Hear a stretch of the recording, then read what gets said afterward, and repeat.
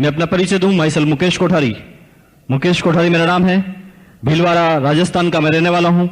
अभी भीलवाड़ा के अंदर मेरा कपड़े का स्वयं का व्यवसाय है। मैं शूटिंग बनाता हूं। फर्म का नाम है हेंजली सिंथेटिक्स, 11 आनंद क्लॉथ मार्केट भीलवाड़ा में कपड़े के व्यवसाय का मेरा एक छोटा सा ऑफिस है। पिछले लगभग 47 मंथ से लगातार इस बिजनेस को मैं करता हूं। इस 47 महीनों में इस बिजनेस को करने के बाद मुझे क्या मिला है, मुझे क्या मिलने वाला है, क्या इसका फ्यूचर है, क्या इसका स्कोप है, क्या इस बिजनेस का विजन है, ये सारी बातें कुछ मिनटों में आपके सामने शेयर होगी। लेकिन इस बिजनेस को करने से पहले भीलवाड़ा के अंदर एक शूटिंग बनाने वाली प्राइवेट कंपनी के अंदर मेरी एक सर्विस हुआ करती थी।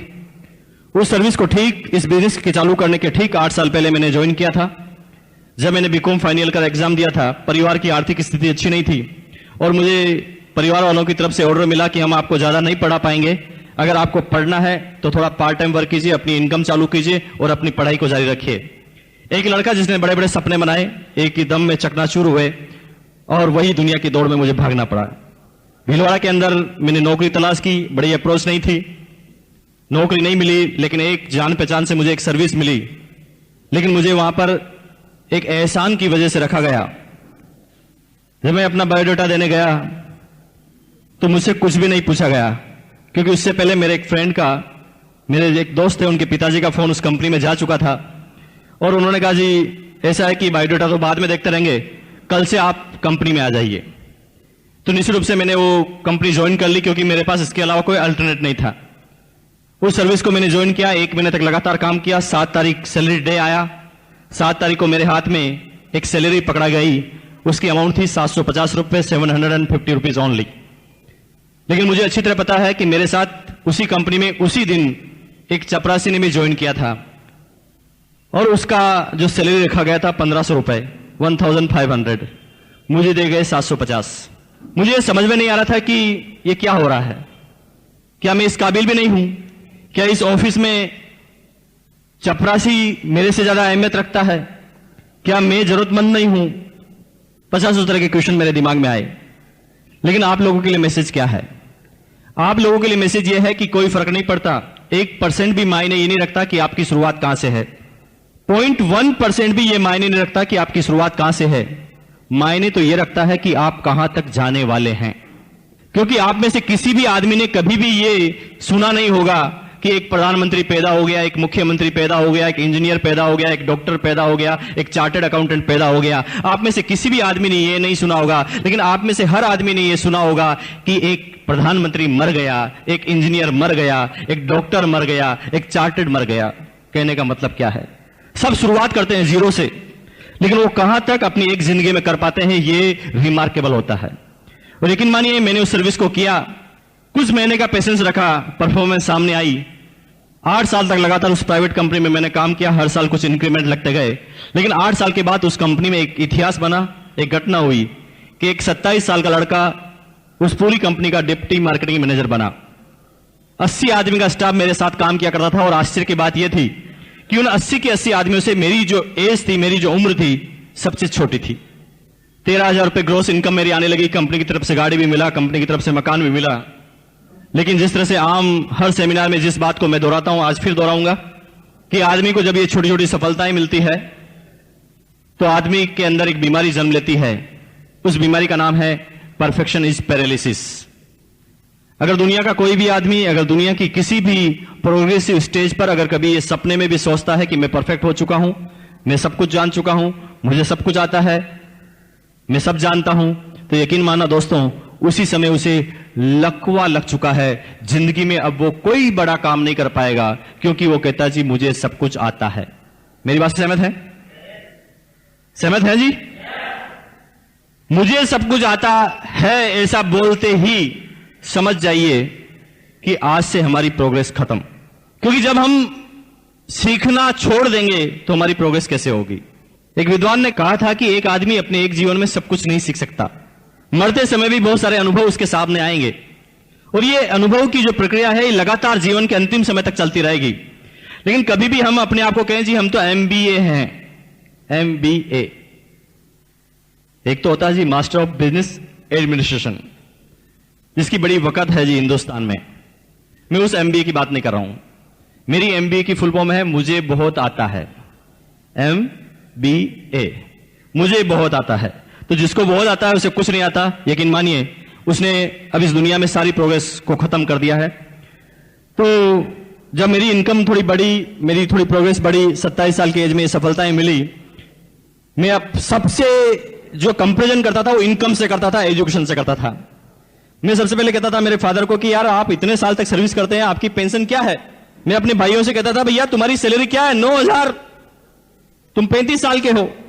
मैं अपने दोस्तों से भी यही बात कहता था, क्योंकि मुझे सफलता का रहस्य पता नहीं था, सफलता किसे कहते हैं ये पता नहीं था। मैं सिर्फ पैसों को सफलता मानता था। और यकीन मानिए उस दौरान मेरे जीवन में बहुत सारी अपॉर्चुनिटी आई, मैंने सबको छोड़ा क्योंकि मुझे MBA हो गया था। मुझे बहुत आता है, मैं ऐसा समझता था। लेकिन अगस्त 2000 का समय मुझे अभी तक याद है। अगस्त कल से चालू होने वाला है, ठीक 4 साल हो जाएंगे 15 अगस्त की बात। संडे का समय वो था। मुझे आप ही की तरह एक बिजनेस मीटिंग में इनवाइट किया गया। मैं जिस कंपनी में काम करता था उसी कंपनी में मेरे इमीडिएट बॉस, मार्केटिंग मैनेजर, उन्होंने कहा जी मुकेश जी क्या कर रहे हो, संडे का समय है, 10 बजे तैयार होकर मेरे घर पे आ जाओ, आपके साथ एक बिजनेस शेयर करना है। मुझे बड़ी हंसी आई। मैंने कहा जी बॉस को भूत लग गया है, हमारे सेठ लोग बिजनेस करते हैं, मैं उनकी हालत जानता हूं जी, 14-14, 15-15 घंटे तक ऑफिस में बैठे रहते हैं। ये बॉस की 12 घंटे की तो सर्विस है और ये कहता जी बिजनेस करूंगा। हमारी कंपनी में करोड़ों रुपए लगा था, तो मुझे ऐसा लगता था कि बिजनेस करने के लिए करोड़ों रुपए भी चाहिए। तो मैं सोचता था जी बॉस कहां से लाएगा। फिर दिमाग में आता था कि शायद बॉस कोई छोटी मोटी दुकान लगाने वाला है। ऐसा लगता था कि शायद 1-2 लाख रुपए इसके पास इकट्ठे होंगे, ये कोई बिजनेस करेगा, डूबेगा और मुझे भी पार्टनर बनने के लिए बोल रहा है। 50 तरह के क्वेश्चन उसने जो ही मुझे इनवाइट किया मेरे दिमाग में आने लगे। लेकिन फाइनली मुझे उस बिजनेस मीटिंग में जाना पड़ा। जाना नहीं चाहता था क्योंकि इनवाइट करने वाले मेरे बॉस थे। और मुझे पता है यहां पर नए आदमी कितने हैं जी, पहली बार मीटिंग में आए हैं, हाथ खड़ा कीजिए, थैंक यू वेरी मच। तो मुझे पता है जी आप में से भी कुछ लोगों को आज यहां पर आना पड़ा होगा।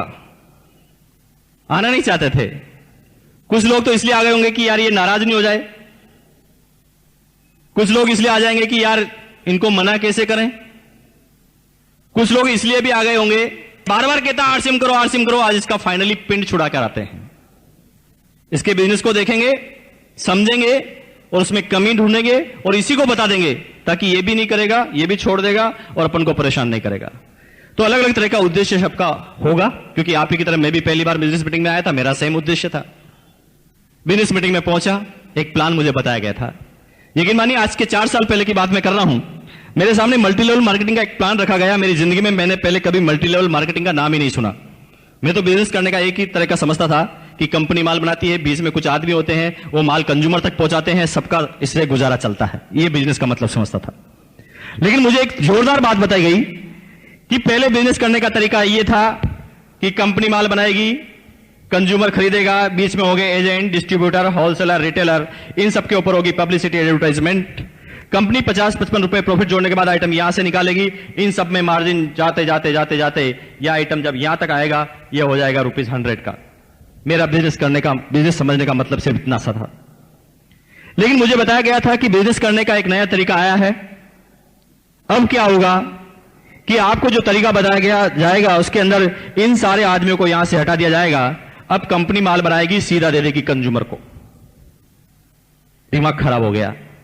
मैंने कहा जी फिर बीच वाले क्या करेंगे, माल क्या कंपनी एक एक आदमी के पास पहुंचाएगी, कैसे ये सिस्टम चलेगा। लेकिन ये क्वेश्चन तो बहुत दूर की बात थी। लेकिन मेरे दिमाग में कुछ हलचल होने लगी। मैंने कहा जी ये कैसे सिस्टम कि कंपनी सीधा कंज्यूमर को माल बनाएगी, तो अब तक जो 45% पैसा इन बीच के लोगों में जाता था, 45 रुपए जो बीच के लोगों में जाता था, ये तो सीधा बच जाएगा। और उन्होंने कहा जी ये 45 रुपए जो बच जाएगा, एक सिस्टम आपको बताया जाएगा, उस सिस्टम के अंदर ये 45 रुपए एक कंज्यूमर के पास वापस ट्रांसफर हो जाएगा। विश्वास नहीं होता था क्योंकि जिंदगी में पहले कभी मल्टी लेवल मार्केटिंग का प्लान ही नहीं देखा था। मैंने कहा जी कैसी बात कर रहे हैं, इसका मतलब तो सीधा सीधा यही हुआ कि आज के बाद एक इंसान जब जब भी अपने लिए कोई माल खरीदेगा तो खरीदने से उसके पास इनकम आएगी। यह बड़ी हंसी वाली बात मुझे उस समय लगती थी, विश्वास नहीं हुआ।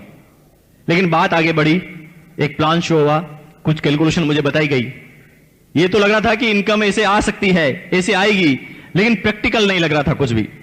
लेकिन एक आदमी कुछ समय के बाद एक स्टेज पर आके खड़ा होता है और स्टेज पर आकर बोलता है, मेरा नाम पीडी तिवारी है, मैं राजस्थान प्रशासनिक सेवा का अधिकारी हूं, 20,000 राजस्थान गवर्नमेंट मुझे सैलरी देती है। इस बिजनेस को 7 दिन पहले मेरे एक दोस्त ने बताया, मुझे कहा था जी कपड़े की दुकान चेंज करनी है। मैंने इस बिजनेस को समझा नहीं और कपड़े की दुकान चेंज की और मैंने कुछ कपड़े खरीदे। जब मैंने कपड़े खरीदे तो मेरे कुछ दोस्तों ने कहा जी आप कपड़े कहां से लेकर आए। मैंने वही बात रिपीट की, जी मैंने ऐसे कपड़े खरीदे। तो मेरे 3 दोस्तों ने और कपड़े खरीद लिए और सिर्फ यही काम किया जो पहले मैं करता था। उसका नतीजा है कि 7 दिन ये तारीफ करने से मेरे घर में एक चेक आता है, उसकी अमाउंट होती है 512 रुपए। जो ही मुझे उस आदमी ने कहा जी 512, मुझे 101% यकीन हो गया कि यह बिजनेस एकदम सही है। क्योंकि एक साधारण आदमी क्या समझता है, यहां पर भी कुछ आदमी होंगे जिनको पहले मैंने इस तरह की इनकम आई होगी 200 से लगाकर 1000 के बीच में। कोई आदमी है जी? हाथ खड़ा कीजिए, खड़े हो जाइए अपनी जगह से एक बार प्लीज। जोरदार तालियां इनके लिए, थैंक यू वेरी मच। देखिए तालियां, मैंने कहा जी तालियां लीडर कैसे बजाते हैं, मेरे लिए नहीं और इनके लिए ताली बजाने की जरूरत नहीं, अपने लिए बजाएं ताकि आपको याद रहे। जोरदार तालियां, थैंक यू वेरी मच। तो ये वो लोग हैं जिनको पहली इनकम आई। पहली इनकम वाले ही आपके मार्गदर्शक हैं जो नए लोग हैं। क्योंकि आपकी पहली इनकम, जिन लोगों को इनकम आई, मैं खास रूप से बताना चाहूंगा कि आपको लगता है जी पहली इनकम 1 लाख रुपए आती तो कितना अच्छा होता। यस और नो? थोड़ा तेज बोले जी। किसको अच्छे नहीं लगता 1 लाख रुपए? सबको। पहली इनकम 1 लाख आती तो मजा आ जाता। लेकिन मानिए अगर पहली इनकम आपकी 1 लाख आती तो दूसरे महीने इस बिजनेस को आपको छोड़ना पड़ता, आप कर ही नहीं पाते। क्योंकि एक जर्नल आदमी कभी भी बड़ी बड़ी बातों पे बिलीव नहीं करता। ये सुनो, आज मैं किसी ट्रेन में या बस में सफर कर रहा हूं या प्लेन में सफर कर रहा हूं, लेकिन मेरे पास वाली सीट पर कोई आदमी बैठा होता है, बात करने के बाद मेरा नियम है कि मैं कभी भी खाली नहीं बैठता।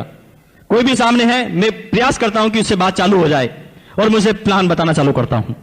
प्लान बताने के बाद जब पूरा प्लान खत्म होता है, वो आदमी एक क्वेश्चन पूछता है, आपसे भी पूछते होंगे, बिजनेस तो बहुत अच्छा है लेकिन आपको बताओ आपको कितने आए, आपको कितने आए।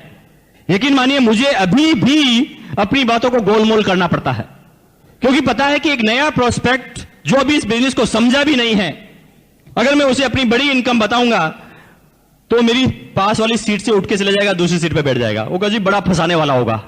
हाँ, इतनी बड़ी भी कोई इनकम आती है? जिंदगी भर हो गई 10,000 की सैलरी लेते लेते। ये लाखों की इनकम की बात कर रहा है। जो नया आदमी है ना, वो छोटी बातों पे बिलीव करता है। जो ही उस आदमी ने बोला मुझे 512 का चेक आया, मैंने सोच लिया कि मैंने कहा जी राजस्थान प्रशासनिक सेवा का अधिकारी, 20,000 सैलरी, 500 रुपए की तो इसकी टाई होगी, और इतना बड़ा आदमी कहता है कि 512 का चेक आया। मुझे विश्वास हो गया जी इतना बड़ा आदमी 512 के लिए तो झूठ नहीं बोल सकता। इसलिए आपको शर्माने की जरूरत नहीं है, दमदार तरीके से बोलिए, क्योंकि रिमार्केबल काम किया है आपने। क्या किया है? आप पे अपने आप पे गर्व होना चाहिए। क्योंकि एक छोटी सी बात बताऊं जी, मान लें एक लड़का है जो सुबह 4 बजे उठता है, नहाता है, उसके बाद गाय का दूध निकालता है, गाय का दूध निकालने के बाद गाय का दूध बेच कर आता है, वापस घर पे आता है, उसके बाद अखबार बांटने के लिए जाता है, अखबार की सेलिंग करता है, अखबार बांटने के बाद घर पर आता है, फिर 2 घंटे पढ़ाई करता है, फिर नहाता है एक बार फिर, और उसके बाद 4 घंटे तक लगातार ट्यूशन लेता है, 4 घंटे तक ट्यूशन लेने के बाद लंच करता है, लंच करने के बाद 1 घंटा टहल कर आता है, उसके बाद 3 घंटे और ट्यूशन लेता है और रात को फिर पढ़ने के लिए जाता है। तो ऐसे आदमी पे आपको गर्व होता है या शर्म आती है? गर्व होता है ना, लेकिन कभी कभी हमें शर्म आ जाती है। हाँ, लोग बाग क्या कहेंगे, टीचर है और कपड़े बेच रहा है, साबुन बेच रहा है, क्या कर रहा है, ये बिजनेस कर रहा है, 500 रुपए का। कभी कभी शर्मा जाता है एक आदमी। आपको भूलना नहीं चाहिए, धीरूभाई अंबानी ने भी 500 रुपए से शुरुआत की थी। इनिशियल पीरियड सबके ऐसे होते हैं, बिल गेट से लगाकर एक एक आदमी को उठा लेना। जो लोग शर्म करते हैं वो एक साधारण जिंदगी को जीते हैं, जो दुनिया के 97% आदमी होते हैं वो डरते हैं कि लोग क्या कहेंगे, और यकीन मानिए वो लोगों के कहने में इतने आ जाते हैं कि वो जिंदगी भर कुछ नहीं कर पाते। लेकिन कुछ लोग लोगों की परवाह नहीं करते, अपने भविष्य को देखते हैं और काम करना चालू करते हैं। तो आपने 512 की इनकम ली है, ये रिमार्केबल है। दम लगा के बोलिए, आपका दोस्त टीचर है, आप टीचर है, वो 9,000 कमाता है, आप भी 9,000 कमाते हैं। छुट्टी होने के बाद वो घर पर जाकर रिमोट को तोड़ता है, बिजली का बिल जलाता है, पत्नी से झगड़ा करता है, बच्चों के डांट लगाता है, कमियां निकालता है बीबी के काम में, और उसी जगह आप इसी टाइम को कन्वर्ट करने के बाद आरसीएम का काम करते हैं और 512 का चेक आता है। ये रिमार्केबल है। क्यों नहीं दम लगा के आप इसमें बात करते हैं? और यकीन मानिए, ये आपका जब कॉन्फिडेंस होगा तभी सामने वाला आदमी आपसे प्रभावित होगा। अब बात आती है कि मुझे विश्वास हुआ, मैंने कहा जी इतना बड़ा आदमी 512 के लिए तो झूठ नहीं बोल सकता, मुझे करना चाहिए, और मैंने इस बिजनेस को करना चालू किया। जिस तरह से आम इंसान के साथ होता है मेरे साथ भी हुआ। पहले मुझे 244 रुपीज का चेक आया। समझ में नहीं आ रहा था कि बिजनेस किस तरह का है, लेकिन फिर भी लगा रहा। मैसेज है संगत का असर। कभी कभी हम सही संगत में नहीं रहने के कारण भी इस बिजनेस को छोड़ देते हैं। जो लोग अपने आप को और स्मार्ट समझते हैं, जैसे कि मान लें कुछ आदमी आपके पास ऐसे भी आते होंगे जो पहले नेटवर्क कर चुके होंगे, वो नेटवर्क के बारे में जानते होंगे, या मान लें स्कीम वगैरह उन्होंने की होगी, थोड़ा बहुत वो जानते होंगे। तो कुछ लोग क्या कहेंगे, बिजनेस प्लान समझने के बाद वो कहेंगे भाई आगे तो मुझे सब कुछ आता है। उनको कहते जी मीटिंग अटेंड करो। अरे मीटिंग की जरूरत नहीं है, हम तो खुद ही लीडर हैं, हमें सब पता है कि कैसे लोगों को समझाना है। और लेकिन मानिए होता क्या है, वो यहां से कितना ही चार्ज होके जाए, 10 आदमी के मिलने के बाद वो घर पर जाकर बैठ जाता है। वो कहता जी बिजनेस नहीं होगा आगे, और बिजनेस की कमी निकालना चालू कर देता है। आदमी होता है एक मोबाइल के अंदर होती है एक बैटरी। बैटरी को चार्ज करना जरूरी है, बाकी मोबाइल चलेगा नहीं। हां, बैटरी अलग अलग कंपनी की हो सकती है, लाइक नोकिया, सैमसंग, सबकी कैपेसिटी अलग अलग हो सकती है, बस फर्क इतना सा है। लेकिन कुछ लोग सोचते हैं जी हम हमेशा चार्ज हो गए। मुकेश कोठारी भी नेगेटिव होता है, मिस्टर टीसी छाबड़ा जी भी नेगेटिव होते हैं, बीसी छाबड़ा भी नेगेटिव होता है। क्यों?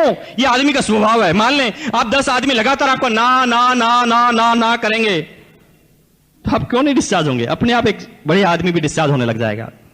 लेकिन संगत का असर क्या कहती है? मेरी इनकम कम आने के बाद भी मैं इस बिजनेस में क्यों लगा रहा? सिंपल सी बात, क्योंकि मेरे सारे दोस्त आरसीएम बिजनेस करते थे और मैं उनके हमेशा साथ में रहता था, तो हम एक दूसरे की बात से हमेशा चार्ज होते थे। जैसे मैं 2 आदमी से मिला, एक आदमी 2 दिन 2 आदमी ने ना ना कर दिया, बड़ा परेशान होता था। मैंने कहा जी ये शायद बिजनेस मेरे से नहीं होगा, लेकिन दोस्त कहते थे चलो सेमिनार में चलो, सेमिनार में चलो, तो मैं फिर सेमिनार में पहुंच जाता था। सेमिनार में जब जाता था तो कुछ लोग बोलते थे स्टेज पर, दोस्तों 15 दिन से काम किया और 17 डिस्ट्रीब्यूटर डाउनलाइन में है और 2,000 का चेक आया। ये मुकेश कोठारी अपने आप के चाटा लगाता था कि जब ये कर सकता तो तू क्यों नहीं कर सकता, चल वापस। फिर वापस, फिर 3 आदमी को मना बात की, तीनों आदमी ने मना कर दिया, फिर डिस्चार्ज, शायद मेरे से नहीं होता। फिर सेमिनार में आया, तो लोगों ने कहा जी शुरू के 15 दिन मुझे कुछ समझ में नहीं आया था, एक भी रिजल्ट नहीं आया था, लेकिन मैंने उसके बाद मेरी अपलाइन की बात को माना, उसका नतीजा है कि आज मेरे डाउनलाइन में 50 डिस्ट्रीब्यूटर हैं। फिर मुकेश कोठारी फिर चार्ट लगाता था कि मैंने कहा जी 15 दिन तो सबके साथ ऐसा ही होता है, फिर चलो। और दोस्त ये होती है रिचार्जिंग। इनिशियल पीरियड में सबके साथ यही होता है, यस और नो? सबके साथ यही होता है। और लेकिन मानिए शुरुआती चीज में हम ये काम कर लेते हैं, संगत का असर, तो आप इस बिजनेस में लगे रहते हैं, और जब लगे रहते हैं लगन से, तो कामयाबी आपके बिल्कुल नजदीक हो जाती है। दुनिया की कोई ताकत आपकी कामयाबी को रोक नहीं सकती। अब बात आती है कि मैं लगातार लगा रहा, 6 महीने में इनकम हो गई 6,000, 1,000 पर मंथ एवरेज। 1 साल तक लगातार रहा, 60,000 की इनकम हो गई, 5,000 पर मंथ एवरेज। कभी 2,000 का चेक आता, कभी 9,000 का चेक आता, कभी 3,000 का आता, कभी 1,000 का आता, कम ज्यादा। यहां कोई आदमी ऐसे हैं जिनका कम ज्यादा चेक आता है? हाथ खड़ा कीजिए, चिंता मत कीजिए, मेरे साथ भी ऐसे ही हुआ। समझ में नहीं आता था 1 साल तक ये बिजनेस किस तरह का है, कोई स्टेबिलिटी नहीं, 2,000, 3,000, कभी 9,000, कभी 1,000, क्योंकि तब तक तो मैं इस बिजनेस को समझा ही नहीं था। मैं तो समझता था कि ये आदमियों को जोड़ने का बिजनेस है। लेकिन यकीन मानिए, एक एलडीपी प्रोग्राम अटेंड करने का मौका मिला, और दोस्त उस एलडीपी प्रोग्राम का इतना बड़ा असर हुआ, जो बातें मुझे बताई गई उन बातों का इतना बड़ा असर हुआ, और उसका नतीजा था कि उस एलडीपी प्रोग्राम के अगले 6 महीने बाद इस बिजनेस के मैं टेक्निकल मुकाम पर था। इनकम थी 2,85,490 रुपए।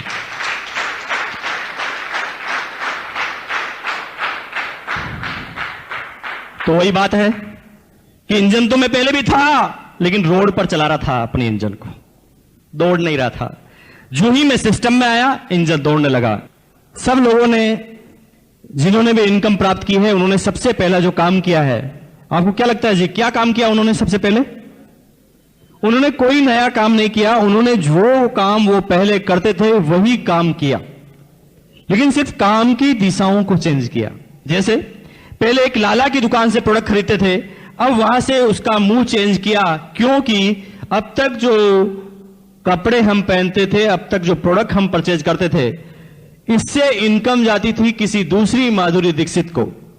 लेकिन अब क्या किया कि उस लाले की दुकान से हमने अपनी दिशाओं को चेंज किया और ये दिशाओं में हमने आरसीएम से प्रोडक्ट खरीद लिया और अब हमारी इनकम आएगी हमारी घर की माधुरी दीक्षित के पास।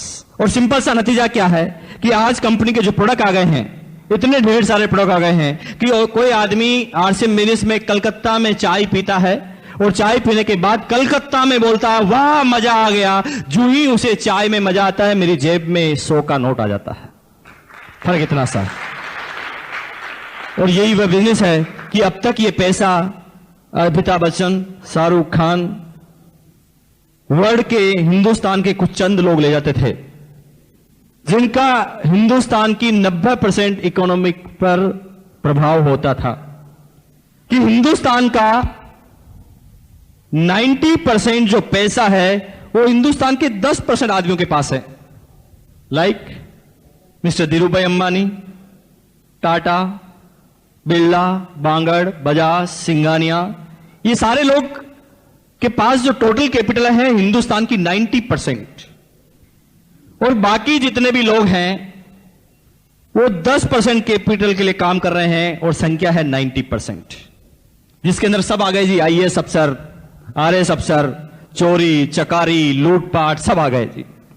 अब आप देखिए हम क्या कर रहे हैं, दूध और मलाई इनके पास, हम तो मट्ठे के लिए लड़ाई कर रहे हैं। और यकीन मानिए ये जीवन की दौड़ अगर ये 10% के लिए हमारी लगी रही तो दुनिया के एक साधारण इंसान की तरह से हमारी जिंदगी निकलेगी। कब हम इस दुनिया से आउट होंगे दुनिया हमें याद करने वाली नहीं, यहां तक कि हमारे पोते भी हमारे नाम को भूल जाएंगे। कुछ लोग कहेंगे जी नहीं नहीं ऐसा नहीं है, हमें तो हमारे दादाजी का नाम याद है। ओके, मुझे पता है कि आपको आपके दादाजी का नाम याद होगा, लेकिन वो लोग अपने हाथ को खड़ा करें जो दादाजी के पिताजी यानी दादाजी के दादाजी का नाम जानते हो। नो अरे दोस्त, आपको पता होना चाहिए कि आपके, यस प्लीज, थैंक यू, एक आदमी जानते हैं जी, इनके लिए जोरदार तालियां बजाइए आप, थैंक यू। देखिए यहां पर 200 आदमी 150 आदमी बैठे हैं, और जब मैं दादाजी के नाम पूछता हूं तो सिर्फ एक आदमी का या ना के बराबर हाथ खड़े होते हैं। मुझे आप क्वेश्चन का आंसर दीजिए, क्या आपके दादाजी नहीं होते तो आप यहां पर होते? तो आप जिसकी वजह से हैं उसी का नाम भूल गए, जिसकी वजह से आज आप यहां पर बैठे हैं उसी का नाम आप भूल गए हैं। क्यों? इसमें आपकी और मेरी कोई गलती नहीं है, कोई गलती नहीं है। लेकिन आप मुझे बताएं कि वो लोग अपना हाथ खड़ा करें जो हेमा मालिनी को जानते हैं, रानी लक्ष्मीबाई को जो जानते हैं हाथ खड़ा कीजिए, शिवाजी को जो जानते हैं हाथ खड़ा कीजिए, महात्मा गांधी को जो हाथ खड़ा कीजिए। अरे दोस्त, आपको याद होना चाहिए ये भी आपकी 7वीं 8वीं 10वीं 15वीं पीढ़ी में आते हैं। फिर ऐसा क्यों है कि आपको महाराणा प्रताप शिवाजी का नाम याद है, महात्मा गांधी का नाम याद है, और आप अपने दादाजी का नाम भूल गए हैं? क्यों? इसमें आपकी और मेरी कोई गलती नहीं है। शिवाजी कुछ करके गए थे, नाम याद है, महाराणा प्रताप कुछ करके गए थे, नाम याद है, महात्मा गांधी कुछ करके गए थे, नाम याद है, हमारे दादाजी कुछ करके ही नहीं गए थे, नाम कैसे याद होगा?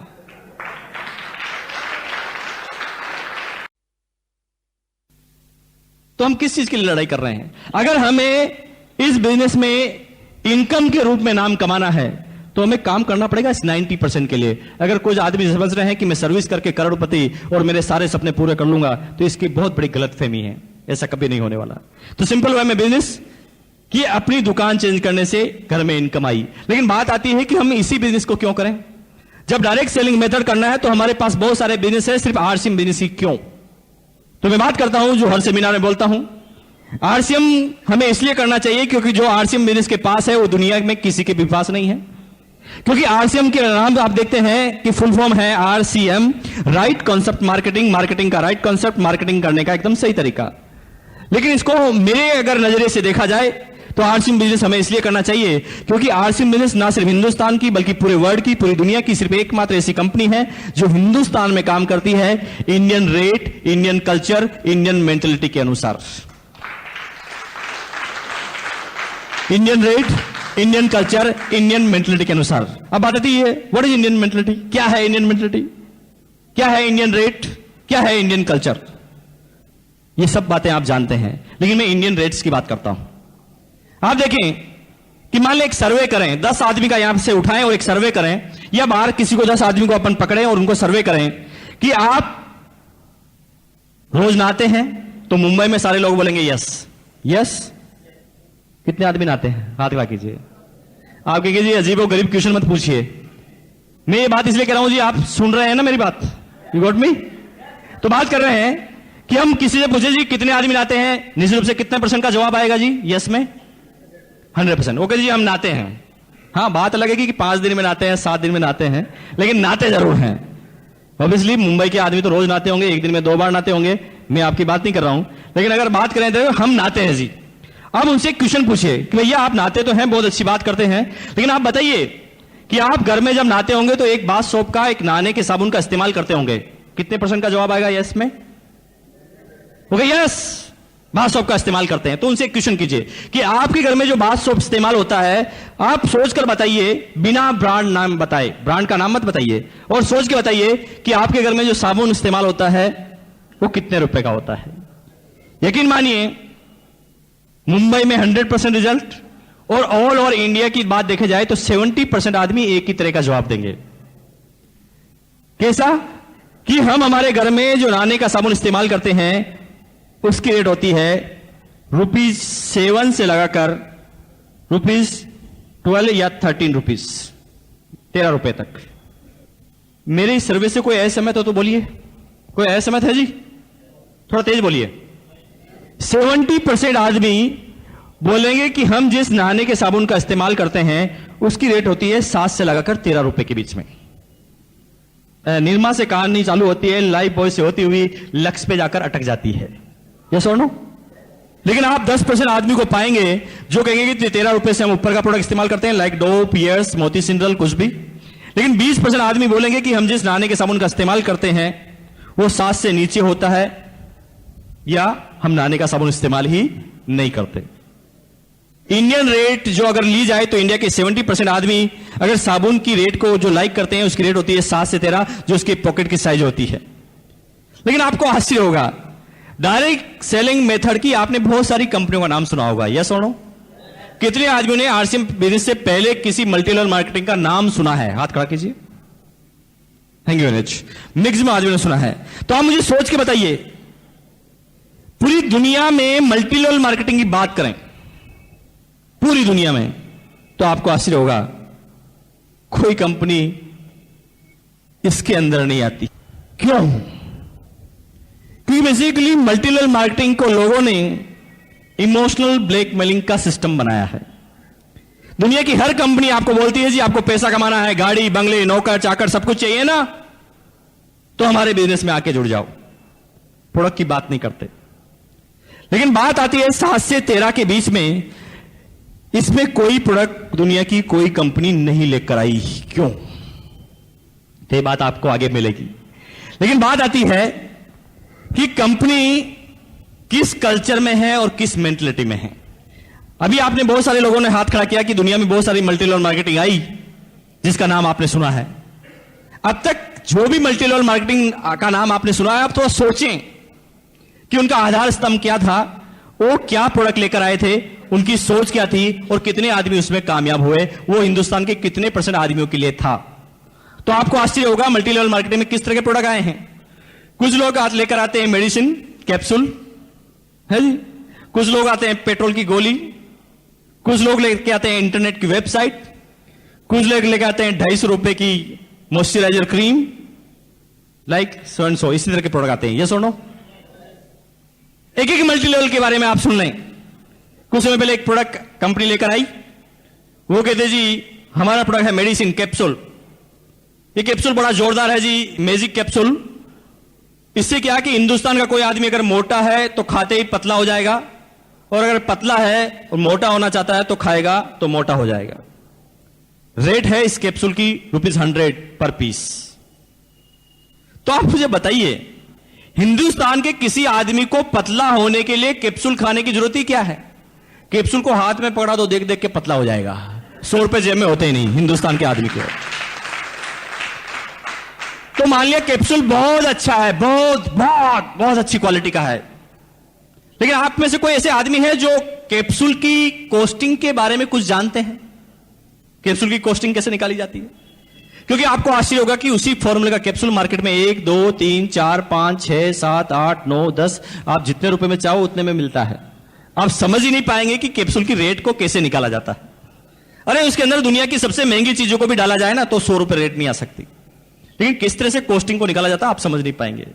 तो आप मुझे बताओ कि हिंदुस्तान में कितने आदमी मोटे हैं और कितने आदमी पतले हैं जो इस कैप्सूल को खाना चाहते हैं? मुझे तो इस हॉल में एक भी नजर नहीं आ रहा।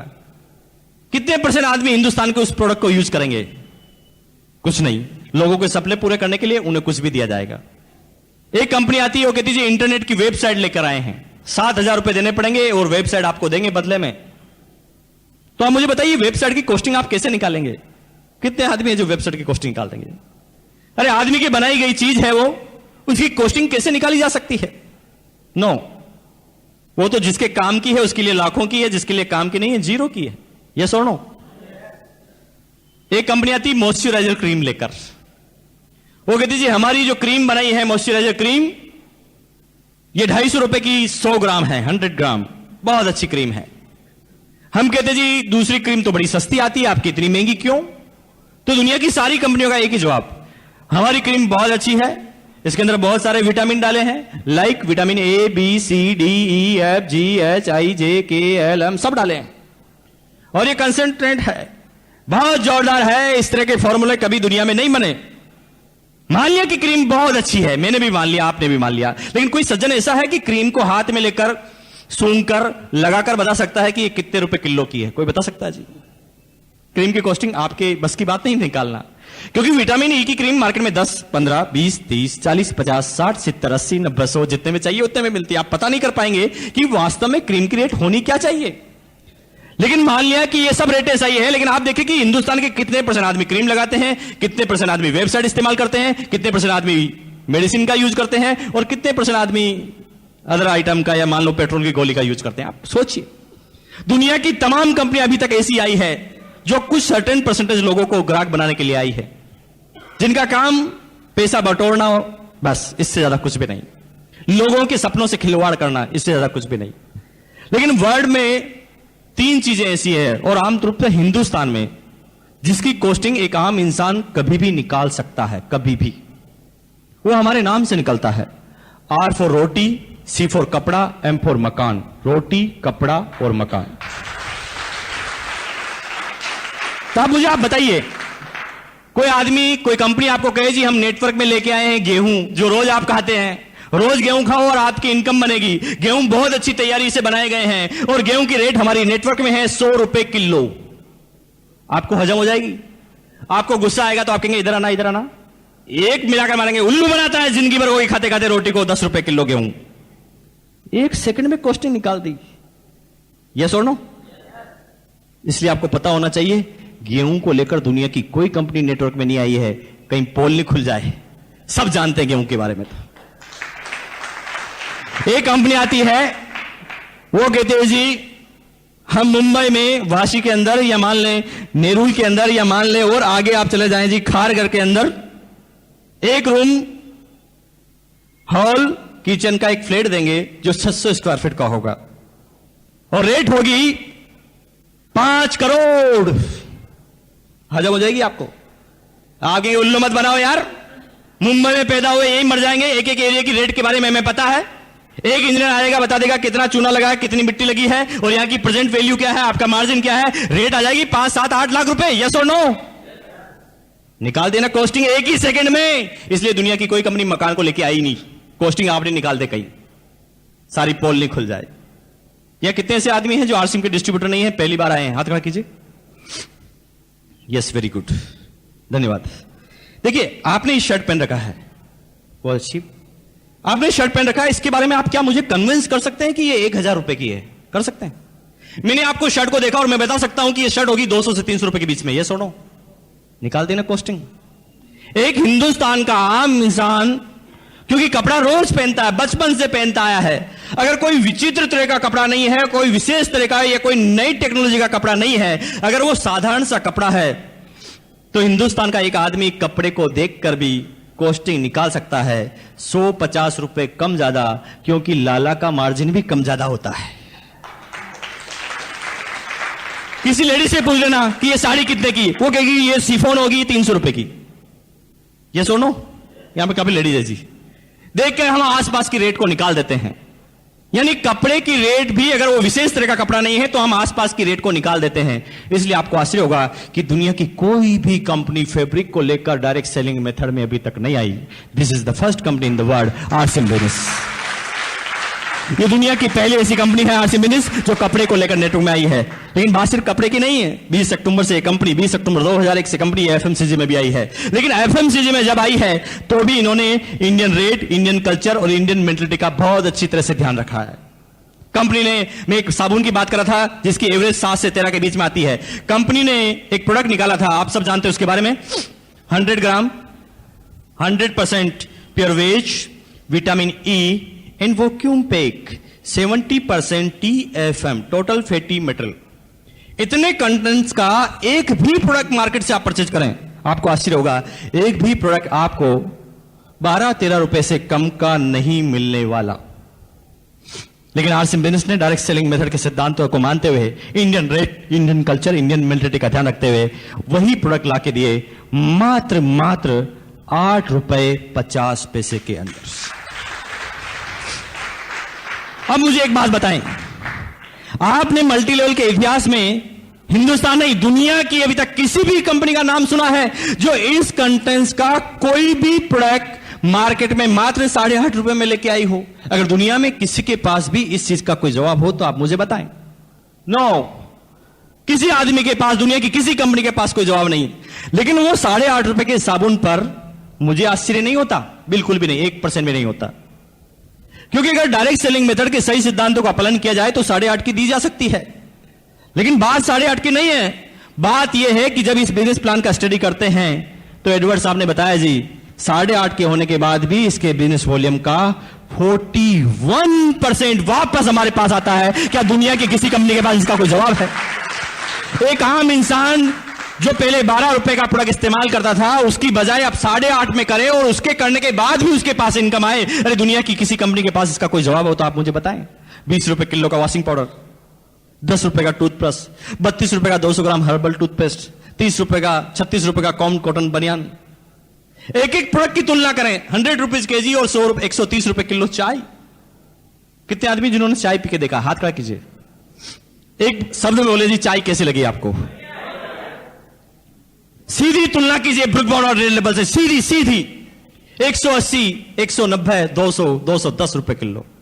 वही प्रोडक्ट इनिशियल में हमें 130 में मिले जो आम मार्केट में नहीं मिले, और उसके बाद 130 के बिजनेस वॉल्यूम का भी 41% वापस हमारे पास। अरे दुनिया की कोई कंपनी इसके बारे में कुछ सोच भी पाई हो तो एक के पास भी किसी का कोई जवाब हो तो मुझे आप बताइए।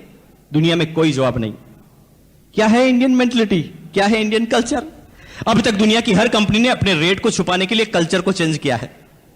अगर हिंदुस्तान में कपड़े धोने के लिए एक डिटर्जेंट केक का इस्तेमाल किया जाता है और कपड़े को नीचे रखकर इसे घिसा जाता है, दिस इज इंडियन कल्चर। ये कौन सा कल्चर है? ये इंडियन कल्चर। लेकिन अगर वो इंडियन कल्चर का प्रोडक्ट लाएंगे तो लोग बाग रेट के बारे में तंग करेंगे कि हमारे हिंदुस्तान में तो 5 रुपए का डिटर्जेंट केक आता है, 7 का आता है जी, 8 का आता है। तो उन्होंने उस रेट को छुपाने के लिए कल्चर को चेंज किया। उन्होंने उस चीज को बनाया लिक्विड फॉर्म और कहा गया जी ये 250 रुपए का है। किया ना कल्चर को चेंज। पोचा जानते जी? पोचा यहां पर क्या बोलते हैं जी? फर्श को साफ करने से गीले कपड़े को लगा के बोलते हैं, क्या बोलते हैं जी? पोचा ही बोलते हैं, पोचा लगाते हैं जी। हिंदुस्तान में जो पोचा कितने सालों से लगाया जा रहा है जी, आप बता सकते हैं? आपको इसका बस जवाब नहीं होगा जी। आपके पिताजी, दादाजी, परदादाजी कितने सालों से पोचा लगाया जा रहा है जी। ठीक है जी। और देखिए पोचा हम सिंपल पानी से लगा लेते हैं, कभी उसमें सर्फ डाल देते हैं, कभी फिनाइल डाल देते हैं, यस और नो? ऐसे लगाते हैं जी। कितने ऐसे आदमी हैं जिनके घर में ऐसा पोचा लगने से वो बीमार हो गया हो? कितने आदमी जी बताओ? लेकिन वो आदमी सबसे पहले हमारी कमजोरी की तरफ नजर डालते हैं। वो कहते हैं जी आप पोछा एकदम गलत तरीके से लगाते हो, ये पोछा लगाने का कोई तरीका है? अब क्या कीजिए, एक बाल्टी लीजिए, उसके अंदर हमारा ये 250 रुपए वाला लिक्विड 2 बूंद डालिए और फिर पोछा लगाइए जी। क्यों किया जा रहा है जी हमारे कल्चर को चेंज? क्यों हमारी जेबों पर असर डाला जा रहा है? क्यों ना एक आम हिंदुस्तानी को, आम हिंदुस्तानी जो चाहता है उसे प्रोडक्ट दिया जाए, वैसी रेट दिया जाए, लेकिन दुनिया की किसी कंपनी के पास कोई जवाब नहीं। लेकिन हिंदुस्तानी मेंटलिटी क्या है? हिंदुस्तान के आदमी को बोलते हैं जी 20 रुपए किलो का वॉशिंग पाउडर, 10 रुपए का टूथब्रश, 8.5 रुपए का नहाने का साबुन, 130 रुपए किलो चाय। तो हिंदुस्तान का आदमी कहता वाह इतना सस्ता, तब तो खराब होगा, इतना सस्ता है तब तो खराब होगा। तो आप मुझे बताओ कि मैं चाहे इन प्रोडक्ट की कितनी भी तारीफ करूं जी, यहां उछल उछल कर तारीफ करूं, लाउड स्पीकर पे तारीफ करूं, आप सब लोग भी विज्ञापन दे दे के तारीफ करें, तो कितने आदमी हैं जो मुंबई में कहेंगे जी वाह वाह वाह क्या तारीफ की है आपने इतनी जोरदार, तो 1 साल का प्रोडक्ट एक साथ दे जाओ। कितने आदमी बोलेंगे जी आपको? कोई नहीं बोलने वाला। ज्यादा तारीफ करोगे तो क्या कहेंगे, अच्छा इतनी तारीफ, ले 8.5 रुपए दे साबुन अभी देख लेता हूं। क्या तारीफ करेंगे जी? वो तो पहला चीज है कि प्रोडक्ट में दम होगा तो आगे चलेगा, बाकी खिसकेगा तक नहीं। तो क्यों इमोशनल ब्लैकमेलिंग की जाती है जी? प्रोडक्ट अच्छा है, वो तो पता चल जाएगा, यूज करके बताओ। चाय पीते ही पता चल जाएगा चाय कैसी है, वॉशिंग पाउडर इस्तेमाल करते ही पता चल जाएगा वॉशिंग पाउडर कैसा है। तो इसमें क्यों इतनी तारीफ की जाए? क्यों नहीं एक आम इंसान को निर्णय लेने का अधिकार दिया जाए? क्यों इतना इमोशनल ब्लैकमेल किया जाए? अब तक दुनिया की सारी कंपनियों ने हिंदुस्तान के साथ यही किया है। लेकिन क्या इसके फॉर्म है? किस तरह से बिजनेस चलेगा? कंपनी क्या क्या प्रोडक्ट लेके आने वाली है?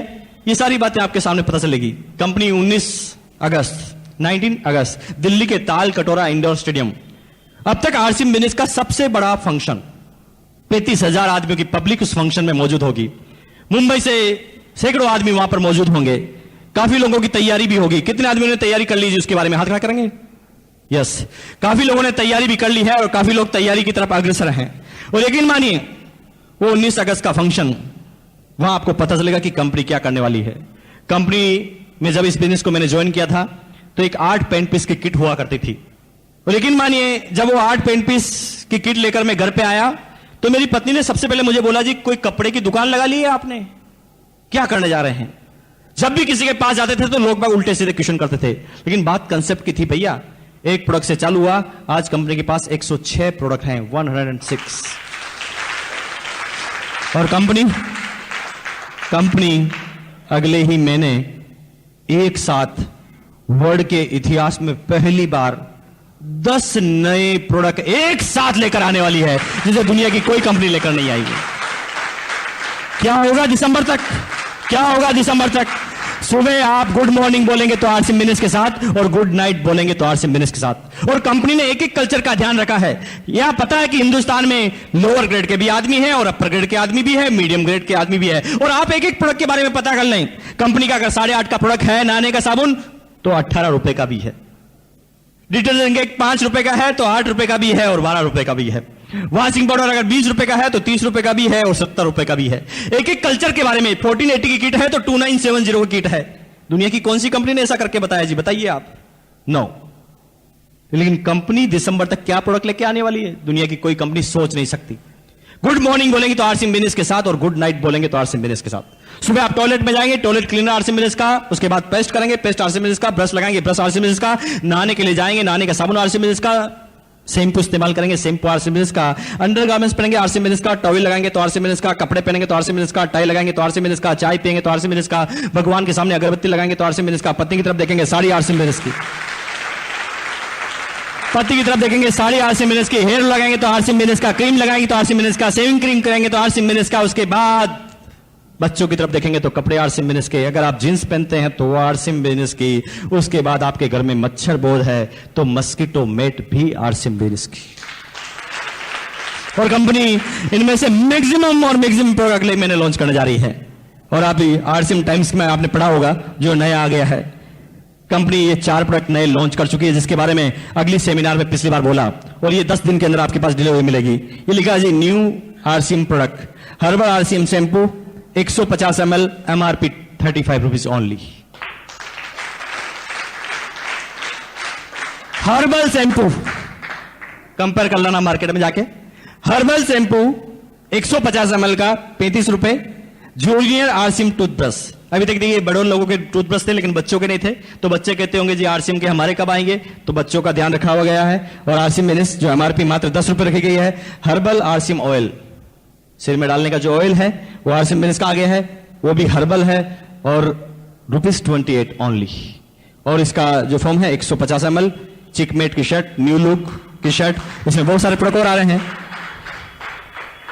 अगले महीने अगरबत्ती भी आ रही है, कंपनी कॉस्मेटिक सीरीज में जाने वाली है, कंपनी लेडीज अंडरगारमेंट्स में जाने वाली है, और कंपनी पता नहीं क्या क्या प्रोडक्ट अगले दिसंबर तक लेके आने वाली है, जिसके बारे में दुनिया की कोई कंपनी नहीं सोच पाई है। लेकिन आप मुझे बताएं कि कोई प्रोडक्ट क्वालिटी में अच्छे हो जो हम जांच लेंगे, क्वालिटी में अच्छे हो, रेट में कम हो, और उसके बाद भी उसका 41% हमारे पास आए, तो बताइए ये बात आप दुनिया से कितने समय तक छुपा पाएंगे? और कौन सा ऐसा मूर्ख इंसान होगा जो इन प्रोडक्ट को आने वाले समय में लेने से मना करेगा? लेकिन समय लगेगा, मुझे पता है कि एक दिन में सारे आदमी नहीं समझेंगे। शुरुआत में जो समझेंगे वो लीडर होंगे, वो पायनियर होंगे, बाद में तो भीड़ आती है जी। पत्नी कहती थी कि ये बनारसी साड़ी 5,000 की बहुत अच्छी होती है, तो मैं कहता था जी स्वास्थ्य के लिए खराब होती है, कॉटन साड़ी बहुत अच्छी होती है, क्योंकि उस समय 160 रुपए की आती थी। कैसे कन्विंस करते हैं हम? यही कन्विंस करते हैं, एक आम इंसान यही करता है। बच्चा कहता है क्रिकेट का बैट चाहिए एमआरएफ का, तो हम कहते हैं जी तेंदुलकर ने भी लकड़ी से शुरुआत की थी, तो इससे करो जी बहुत अच्छा शॉट आता है। यूं नहीं कहते जी जेब को हजम नहीं हो रही बात। ये कन्विंसिंग पावर है हमारी, और हम एक आम इंसान यही जिंदगी पर हम समझौते करते हैं। बच्चे को जो खिलाना होता हम खिला नहीं पाते, जो पढ़ाना होता वो पढ़ा नहीं पाते, पत्नी जो मांगती वो दिला नहीं सकते, सपने हम पूरे नहीं कर सकते। ये सारे आम इंसान करते हैं, और मेरे साथ भी यही था, कन्विंस करता रहता था हमेशा। लेकिन आरसीएम बिजनेस के बाद ये लड़का जो आपके सामने खड़ा है, जिसकी एज मात्र 30 साल की है, मुंबई तो बहुत बड़ी सिटी है, यहां तो करोड़ों आदमी होंगे, लेकिन आपको आश्चर्य होगा कि भीलवाड़ा भी एक बहुत बड़ी इंडस्ट्रियल सिटी है, लेकिन इंडिविजुअल टैक्स देने के मामले में ये 27 साल का लड़का जब इस बिजनेस चालू किया और 30 साल की एज तक आते आते आज मेरा पूरे भीलवाड़ा के अंदर 70वां स्थान है इनकम टैक्स के बारे में। कि मान लें आपके बच्चे को, आपके बड़े भाई को, आपकी पत्नी को, आपके पिताजी को राष्ट्रपति अवार्ड मिल रहा है और आप नीचे खड़े हैं, तो कैसे तालियां बजाएंगे? वैसी तालियां इनके लिए बजा दीजिए आप। Thank you very much. दोस्तों, वो लोग हैं जिन्होंने 10,000 तक इनकम ली है, निश्चित रूप से ये दूसरे गियर में पहुंच गए हैं, लेकिन तीसरे गियर में आते आते गाड़ी 30-40 की स्पीड से दौड़ती है और चेक फिर 4-5 हजार के हो जाते हैं। उन आदमियों से हम मिलाएंगे, लेकिन अम्मा जी आप आइए आगे। दोस्तों, जो लेडीज आपके सामने खड़ी है शायद मेरी माता से भी ज्यादा एज की है, मेरी मदर से भी। 6 भाई बहनों का परिवार है, मैं सबसे छोटा हूं, फिर भी मैं गारंटी के साथ कह सकता हूं मेरी मदर से भी ये बड़े हैं। और लेकिन मानिए प्रेरणा लीजिए आप, मिस्टर धूरिया जिनकी ओपन हार्ट सर्जरी हो चुकी है, बाईपास सर्जरी, और उसके बाद इस बिजनेस के वो रोयल्टी मुकाम पर पहुंच सकते हैं। ये माता जो आपके सामने खड़ी है, रिटायर होने के बाद एक अच्छी खासी पेंशन आती है, हस्बैंड भी रिटायर्ड है, वो भी गवर्नमेंट सर्वेंट, उनकी भी बहुत जोरदार पेंशन आती है, सारी जिम्मेदारियां मुक्त हो गए हैं, उसके बाद भी इस बिजनेस को इतने लगन से करते हैं। और मैं पिछले 6 महीनों से इनका जो डेडिकेशन देखता हूं, ये रिमार्केबल है जी। और यकीन मानिए, अपने आप पे एक चार्टा लगाएं और सोचें कि जब ऐसे आदमी रॉयल्टी पे पहुंचने वाले हैं तो हम क्यों नहीं पहुंच सकते। धन्यवाद, थैंक यू वेरी मच।